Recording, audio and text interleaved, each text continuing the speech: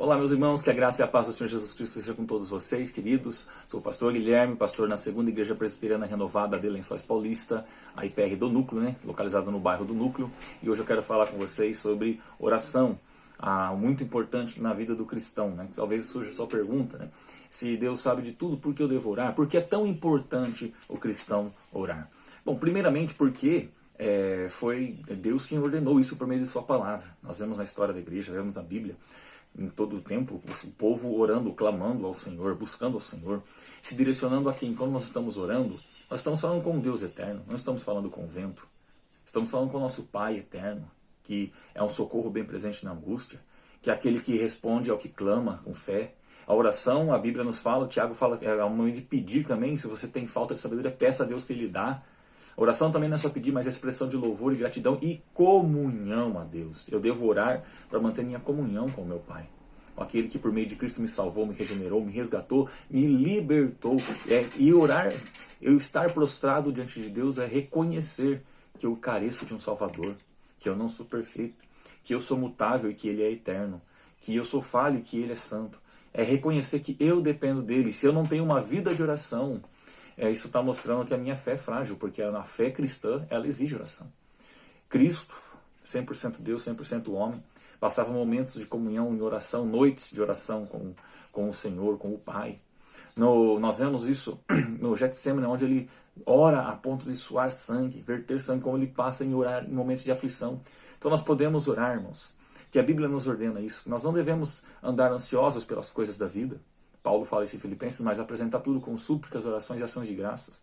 Jesus também fala para não andarmos ansiosos com o que haver de comer, beber, vestir, mas buscar, porque quem faz isso é os gentios que não têm a Deus. Nós temos um Pai que está nos céus. Buscar então primeiramente o reino de Deus e sua justiça, e essas coisas não serão acrescentadas. Pouco antes ele ensina a oração do Pai Nosso, falando que Deus sabe do que nós necessitamos. Então oração é manter esse vínculo com o Pai, comunhão, demonstrar dependência. A Bíblia nos conta duas parábolas em Lucas 18 sobre oração. Ela conta a parábola do juiz iníquo, onde a viúva importuna esse juiz, que não temia Deus de homem algum, e de tanto ela importunar, o juiz acaba lhe cedendo a sua petição. E Jesus responde, viste o que disse o juiz iníquo? Não fará assim o vosso Pai que estás nos céus muito mais justiça aos seus escolhidos? A parábola começa, com Jesus fala, Jesus contou esta parábola falando sobre o dever de orar sempre e nunca esmorecer. Perseverança na oração. Orar sempre e nunca esmorecer. E ali, essa parábola diz o quê? Que nós não somos a viúva pobre.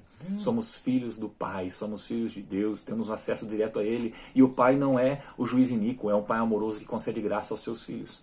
E depois ele prossegue outra parábola sobre o fariseu e o publicano. Devemos orar sempre e devemos orar com humildade. Onde o fariseu se vangloriava de dar os seus dízimos, de jejuar 2 vezes por semana, de não ser como o pobre publicano, e o publicano fala, tem misericórdia de mim, pecador. E Jesus disse, esse desceu justificado. Por quê? Estava orando na dependência de Deus, estava orando com humildade, reconhecendo a nossa posição. Mas tá bom, se eu posso orar na minha casa, por que ir nas reuniões de oração? Também porque é uma ordenança bíblica também. Também porque nós vemos que na história da igreja, nós encontramos em Atos 2, eles perseveraram unanimemente orando. A Bíblia ordena orar uns pelos outros. A Bíblia fala carregar os seus fardos uns aos outros. A Bíblia também nos relata em momentos de perseguição, lá em Atos, nós vemos o apóstolo Paulo Pedro preso e a igreja orando firmemente por ele.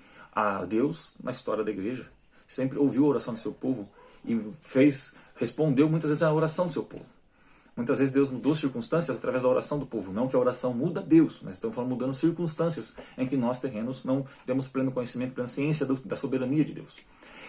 A Bíblia então relata em Atos que perseveraram em oração. Eles perseveravam no quê? Na doutrina dos apóstolos, no partir do pão, na comunhão e na oração. Devemos orar unanimemente, devemos nos juntar a orarmos uns pelos outros. A juntos dirigimos nossa palavra, demonstrarmos que somos uma comunidade dependente do Senhor, fortalecer os laços. Spurgeon diz que as reuniões de orações deveriam ser chamadas de reunião dos remanescentes, porque são poucos que frequentam. A orar em comunhão, oração é um meio de graça. Devemos orar na igreja, orar em algum lugar em reunião junto com os irmãos, porque é uma dádiva de Deus, é um meio de graça, é o que nos fortifica na comunhão, é o que nos fortifica em comunhão com Deus e com o nosso próximo, é o que entrelaça os laços de amor, e mostrando a dependência de uma igreja a Deus. Então, dito isso também, eu quero convidar você a estar conosco. A Igreja Presbiteriana Renovada no Núcleo, toda terça-feira, às 19 horas, para junto orarmos a Deus e depois termos um momento de comunhão. Que Deus te abençoe, em nome do Senhor Jesus Cristo.